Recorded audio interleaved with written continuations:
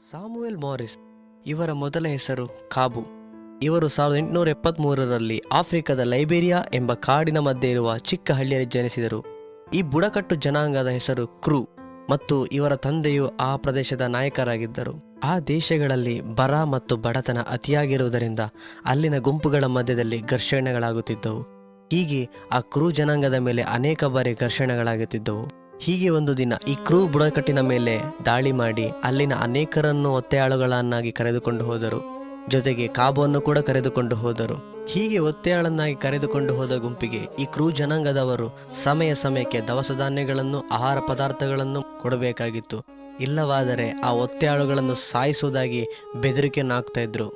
ಒಂದು ವೇಳೆ ಆಹಾರ ಧಾನ್ಯಗಳನ್ನು ಅವರು ಕೇಳಿದಂಥ ಕಾರ್ಯಗಳನ್ನು ಕೊಡದೇ ಇದ್ದಾಗ ಆ ಕಾಬುವಿನ ತಂದೆಗೆ ಕಾಬುವನ್ನು ಭೇಟಿ ಮಾಡುವ ಅವಕಾಶವನ್ನು ಕೊಡುತ್ತಿರಲಿಲ್ಲ.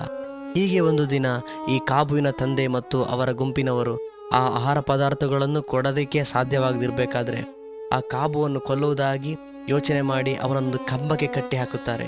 ಕಂಬಕ್ಕೆ ಕಟ್ಟಿ ಹಾಕಿ ಅವನಿಗೆ ಚಿತ್ರಹಿಂಸೆಯನ್ನು ಕೊಟ್ಟು ನಂತರ ಅವನನ್ನು ಕೊಲ್ಲಬೇಕೆಂಬುದಾಗಿ ಆಲೋಚನೆ ಮಾಡುತ್ತಾರೆ. ಇನ್ನೇನು ಕೊಲ್ಲಬೇಕೆಂದಿದ್ದಾಗ ದೇವರು ಬೆಳಕಿನ ಮುಖಾಂತರ ಅವನನ್ನು ಸಂಧಿಸುತ್ತಾರೆ. ಅವನಿಗೆ ಹಾಕಲ್ಪಟ್ಟಂತ ಕಟ್ಟಿನಿಂದ ಬಿಡುಗಡೆಯನ್ನು ಕೊಡುತ್ತಾರೆ. ನಂತರ ಕಾಬು ಇಲ್ಲಿಂದ ಓಡು ಎಂಬ ಒಂದು ವಾಣಿಯನ್ನು ಆತನು ಕೇಳಿ ಅಲ್ಲಿಂದ ಓಡಲು ಆರಂಭಿಸುತ್ತಾನೆ. ಹೀಗೆ ಕಾಡಿನಲ್ಲಿ ಓಡಲಾರಂಭಿಸಿದ ಕಾಬು ನಂತರ ಕಾಫಿ ಎಸ್ಟೇಟಿನ ಬಳಿಗೆ ಬಂದು ನಿಲ್ಲುತ್ತಾನೆ. ಅಲ್ಲಿ ಅವನಿಗೆ ಒಬ್ಬ ಏಮಿ ಎಂಬ ಮಿಷನರಿಯ ಪರಿಚಯವಾಗುತ್ತದೆ. ನಂತರ ಅವಳಿಗೆ ತನ್ನ ಎಲ್ಲ ಕಥೆಯನ್ನು ವಿವರಿಸುತ್ತಾನೆ. ಹಾಗೆ ಅವಳು ಕೂಡ ದೇವರ ಕುರಿತಾಗಿ ಹೇಳಿಕೊಡುತ್ತಾಳೆ ಮತ್ತು ಅವನು ಅಲ್ಲಿ ದೀಕ್ಷಾ ಸ್ನಾನವನ್ನು ತೆಗೆದುಕೊಳ್ಳುತ್ತಾನೆ. ಹೀಗೆ ದೇವರ ಧ್ಯಾನವನ್ನು ಮಾಡುತ್ತಾ ವಾಕ್ಯದ ಅಭ್ಯಾಸವನ್ನು ಮಾಡುತ್ತಾನೆ. ಆದರೆ ಕಾಬುವಿಗೆ ಮನಸ್ಸಿನಲ್ಲಿ ತುಂಬ ಅವನ ಜನಗಳ ಮೇಲೆ ಚಿಂತೆ ಇರುತ್ತದೆ. ಅವನ ಜನಗಳಿಗೂ ಸಮಾಧಾನವಾಗಿ ಇರಬೇಕು, ಅವನ ಜನಗಳಿಗೂ ರಕ್ಷಣೆ ಬೇಕೆಂಬುದಾಗಿ ಆತನು ದಿನನಿತ್ಯ ಪ್ರಾರ್ಥನೆಯನ್ನು ಮಾಡುತ್ತಾನೆ.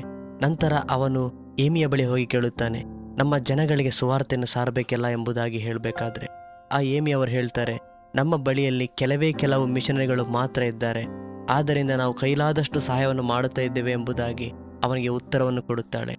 ಆದ್ದರಿಂದ ಅವನು ಹೇಳುತ್ತಾನೆ, ನಾನೇ ಒಂದು ಮಿಷನರಿಯಾಗಿ ನಮ್ಮ ಜನಗಳ ಮಧ್ಯದಲ್ಲಿ ಹೋಗಿ ಶಾಂತಿಯನ್ನು ಸ್ಥಾಪಿಸುತ್ತೇನೆ ಎಂಬುದಾಗಿ ಆತನು ಕೇಳಿಕೊಳ್ಳುವಾಗ ಅವಳು ಹೇಳುತ್ತಾಳೆ, ಅದಕ್ಕಾಗಿ ನೀನು ಶಿಕ್ಷಣವನ್ನು ಪಡಿಬೇಕು, ಅದನ್ನು ಪಡೆಯಬೇಕಾದರೆ ನೀನು ಅಮೆರಿಕಕ್ಕೆ ಹೋಗಬೇಕು, ಅಲ್ಲಿ ಟೈಲರ್ ಯೂನಿವರ್ಸಿಟಿ ಎಂಬ ಸಂಸ್ಥೆಗೆ ಹೋಗಿ ಕಲಿತುಕೊಂಡು ಬರಬೇಕೆಂಬುದಾಗಿ ಹೇಳುತ್ತಾರೆ. ಆಗ ಸಾಮುವೆಲ್ ಮಾರಿಸ್ ಬಹಳ ಖುಷಿಯುಳ್ಳವನಾಗಿ ಆತನು ಸಿದ್ಧತೆಯನ್ನು ಮಾಡಿಕೊಳ್ಳುತ್ತಾನೆ. ಆದರೆ ಅಮೆರಿಕಕ್ಕೆ ಹೋಗಲು ಅವನ ಬಳಿ ಹಣವಿರುವುದಿಲ್ಲ. ಹಡಗಿನ ಪ್ರಯಾಣಕ್ಕೆ ಕೊಡಲು ದುಡ್ಡಿಲ್ಲದಿರುವುದರಿಂದ ಆತನು ಬಹಳ ಯೋಚನೆ ಮಾಡುತ್ತಾನೆ.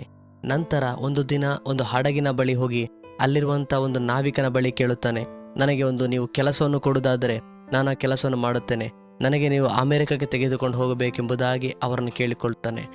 ಆ ಕೆಲಸವು ಬಹಳ ಕಠಿಣ ಮತ್ತು ಕಷ್ಟಕರವಾಗಿರುತ್ತದೆ.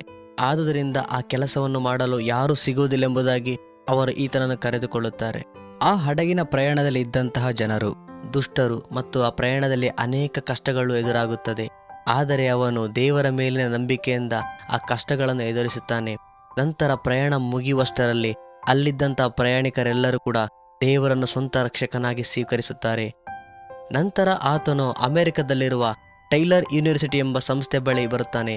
ಅದಾಗಲೇ ಸಂಸ್ಥೆಯು ಅನೇಕ ಸಾಲಗಳಿಂದ ಮತ್ತು ಹಣದ ಕೊರತೆಯಿಂದ ಮುಚ್ಚುವ ಸ್ಥಿತಿಗೆ ಬಂದಿರುತ್ತದೆ. ಆಗ ಸಾಮುವೆಲ್ ಮಾರಿಸ್ ಅಲ್ಲಿನ ಪರಿಸ್ಥಿತಿಗಳನ್ನು ನೆನೆದು ಅಲ್ಲಿರುವಂಥ ಮಕ್ಕಳು ಹಾಗೂ ಇನ್ನಿತರ ಜನಗಳೊಂದಿಗೆ ಸೇರಿ ಪ್ರಾರ್ಥನೆ ಮಾಡುತ್ತಿದ್ದನು ಮತ್ತು ತನ್ನ ಸಾಕ್ಷಿಯನ್ನು ಅಲ್ಲಿನ ಚರ್ಚ್ಗಳಲ್ಲಿ ಹೇಳಿಕೊಂಡು ಬರುತ್ತಾನೆ. ಮತ್ತು ಈತನ ಜೀವಿತದ ಕುರಿತು ಸಂಸ್ಥೆಯ ಡೀನ್ ಒಂದು ಪುಸ್ತಕವನ್ನು ಬರೆಯುತ್ತಾರೆ ಮತ್ತು ಅದು ಬಹಳವಾಗಿ ಸೇಲ್ ಆಗುತ್ತದೆ. ಮತ್ತು ಮುಚ್ಚಬೇಕೆಂದಿದ್ದ ಆ ಮಿಷನರಿ ಸಂಸ್ಥೆಯು ಇನ್ನೂ ಶಕ್ತವಾಗಿ ಆರಂಭವಾಗುತ್ತದೆ. ಸ್ವಲ್ಪ ಸಮಯದ ನಂತರ ಇವರು ತಮ್ಮ ದೇಶಕ್ಕೆ ಹೋಗಿ ತಮ್ಮ ಜನಗಳ ಮಧ್ಯದಲ್ಲಿ ಸುವಾರ್ತೆ ಸಾರಬೇಕೆಂಬುದಾಗಿ ಹೊರಡಲು ಸಿದ್ಧವಾಗುತ್ತಾರೆ. ಅಷ್ಟರೊಳಗಡೆ ಅಸ್ವಸ್ಥರಾಗಿ ಆಸ್ಪತ್ರೆಗೆ ದಾಖಲಾಗುತ್ತಾರೆ. ಹೀಗೆ ಅವರು ಆಸ್ಪತ್ರೆಯಲ್ಲಿರುವಾಗ ಅವರನ್ನು ಭೇಟಿ ಮಾಡಲು ಅವರ ಸ್ನೇಹಿತರು ಅಲ್ಲಿಗೆ ಬರುತ್ತಾರೆ. ಆಗ ಅವರ ಸ್ನೇಹಿತರ ಬಳಿ ಅವರ ದೇಶದ ಮೇಲೆ, ಅವರ ಜನಗಳ ಮೇಲಿರುವ ಒಂದು ಭಾರವನ್ನು, ಪ್ರೀತಿಯನ್ನು ಅವರಿಗೆ ಕಣ್ಣೀರಿನ ಮುಖಾಂತರ ತಿಳಿಸುತ್ತಾರೆ ಮತ್ತು ಸ್ವಲ್ಪ ಸಮಯದ ನಂತರ ಪ್ರಾಣವನ್ನು ಬಿಡುತ್ತಾರೆ. ಸ್ವಲ್ಪ ಸಮಯದ ನಂತರ ಸಾಮುವೆಲ್ ಮಾರಿಸ್ ಅವರ ಸ್ನೇಹಿತರು ಮಿಷನರಿಗಳಾಗಿ ಅವರ ದೇಶಕ್ಕೆ ತೆರಳಿ ಸುವಾರ್ತೆಯನ್ನು ಸಾರುತ್ತಾರೆ. ಸಾಮುವೆಲ್ ಮಾರಿಸ್ ರವರು ಟೈಲರ್ ಯೂನಿವರ್ಸಿಟಿಗೆ ಬಂದ ಉದ್ದೇಶ ಅಲ್ಲಿ ಚೆನ್ನಾಗಿ ಬೈಬಲನ್ನು ಕಲಿತು ಅವರ ದೇಶಕ್ಕೆ ಹೋಗಿ ಸುವಾರ್ತೆಯನ್ನು ಸಾರಬೇಕೆಂಬುದಾಗಿ. ಆದರೆ ಅವರ ಬಂದ ಉದ್ದೇಶವು ಬೇರೆಯಾಗಿತ್ತು.